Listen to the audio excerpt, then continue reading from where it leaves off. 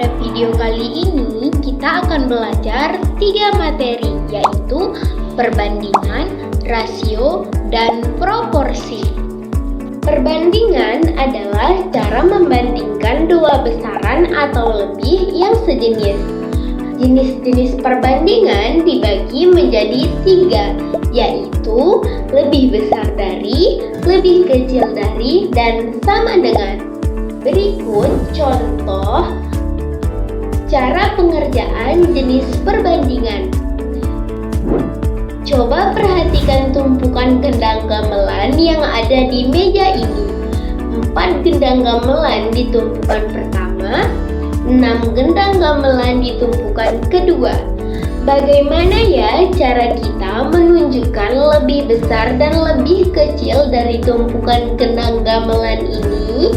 Nah, kita bisa katakan gendang gamelan di tumpukan pertama lebih kecil dari gendang gamelan di tumpukan kedua. Atau kita juga bisa katakan gendang gamelan di tumpukan kedua lebih besar dari gendang gamelan di tumpukan pertama. Betul sekali. Ini cara kita menentukan lebih kecil dari dan lebih besar dari.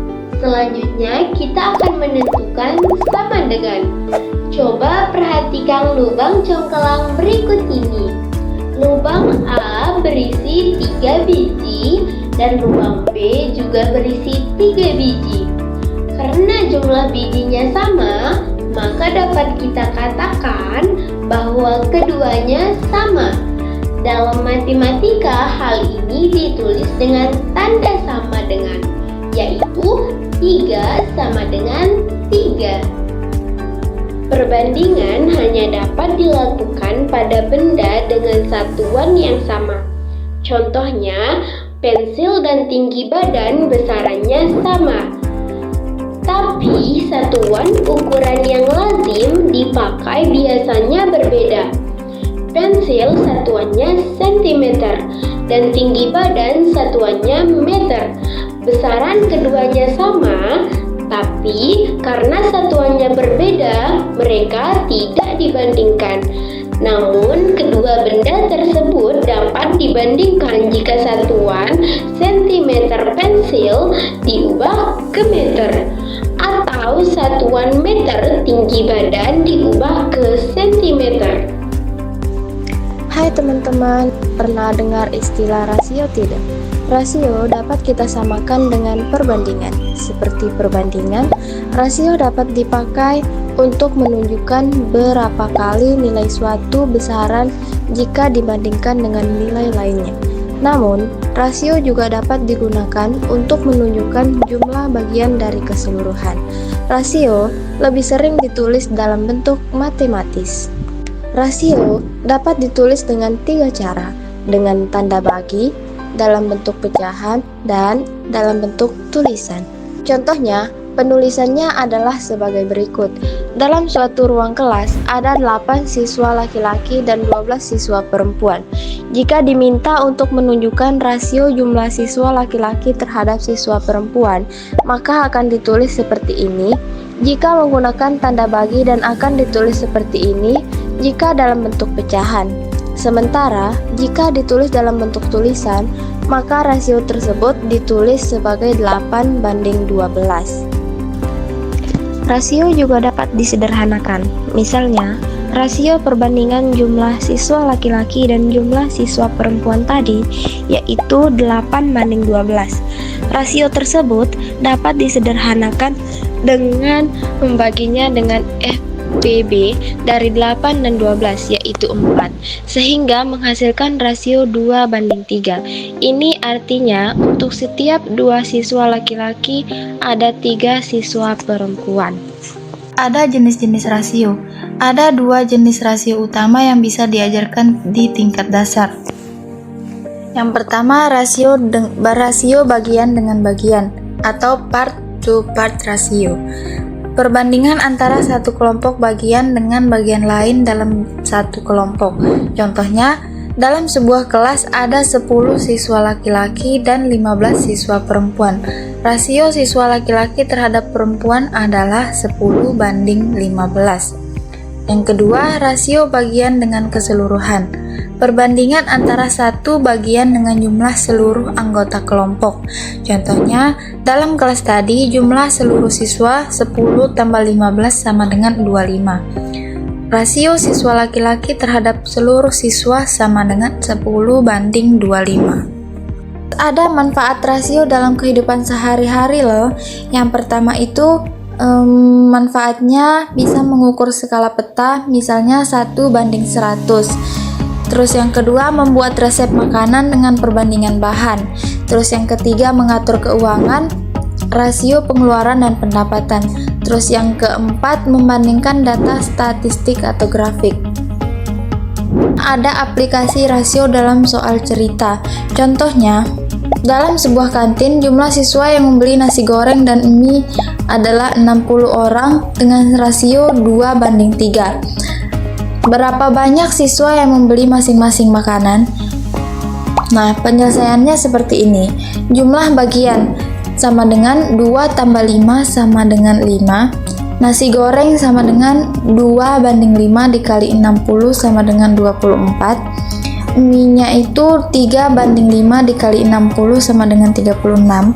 Jadi 24 siswa beli nasi goreng dan 36 siswa beli mie. Selanjutnya, kita akan membahas materi proporsi. Proporsi adalah persamaan yang menunjukkan bahwa dua atau lebih rasio itu bernilai sama. Rasio-rasio yang memiliki nilai sama ini dianggap saling proporsional.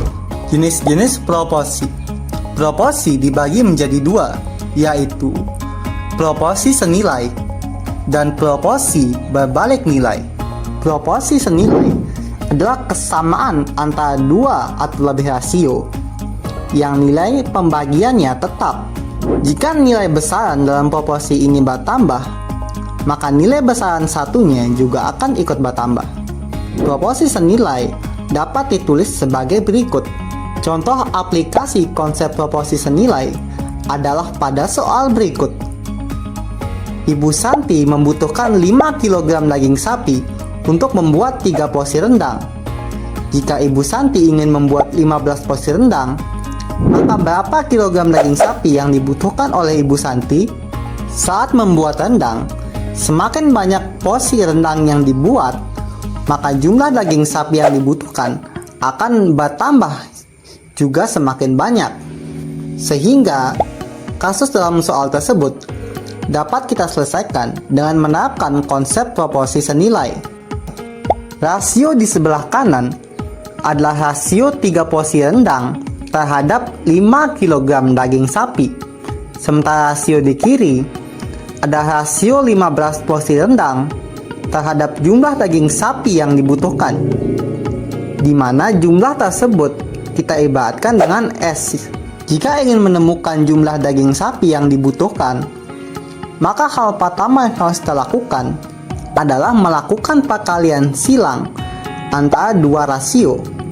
Kemudian, kita bagi hasil kali di kedua ruas dengan angka yang ada di samping huruf S, yaitu angka 3. Sehingga, kita akan menemukan bahwa untuk membuat 15 porsi rendang, dibutuhkan 25 kg daging sapi. Proporsi berbalik nilai adalah kesamaan antara dua atau lebih rasio yang hasil kali dua besarannya itu sama. Jika salah satu besaran rasio dalam proporsi ini naik, maka nilai besaran rasio lainnya akan turun. Proporsi berbalik nilai ditulis sebagai berikut. Contoh aplikasi proporsi berbalik nilai adalah sebagai berikut. Ibu Santi ingin pergi ke pasar untuk membeli bahan rendang. Sebelumnya, dia pergi ke pasar dengan menaiki dokar berkecepatan 10 km per jam dan sampai dalam waktu 3 jam. Jika dia ingin sampai ke pasar dalam waktu 1,5 jam atau 1,5 jam, maka berapa kecepatan dokar yang harus dinaiki oleh Bu Santi? Sebab waktu tempuh akan berkurang ketika kecepatan dokar bertambah, maka kasus dalam soal tersebut dapat diselesaikan dengan menerapkan konsep proporsi berbalik nilai. Ruas sebelah kanan menunjukkan perkalian antara Doka berkecepatan 10 km per jam dengan waktu tempuh 3 jam. Sementara ruas sebelah kiri menunjukkan perkalian antara doka berkecepatan tertentu yang dapat mencapai pasar dalam waktu 1,5 jam. Kecepatan doka ini dapat kita ibaratkan sebagai KD. Jika ingin menemukan kecepatan doka tersebut, maka hal pertama yang harus dilakukan adalah menyelesaikan operasi perkalian di kedua sisi. Untuk memudahkan perhitungan, pertama kalikan kedua sisi dengan angka 10, kemudian bagi kedua sisi dengan angka 15.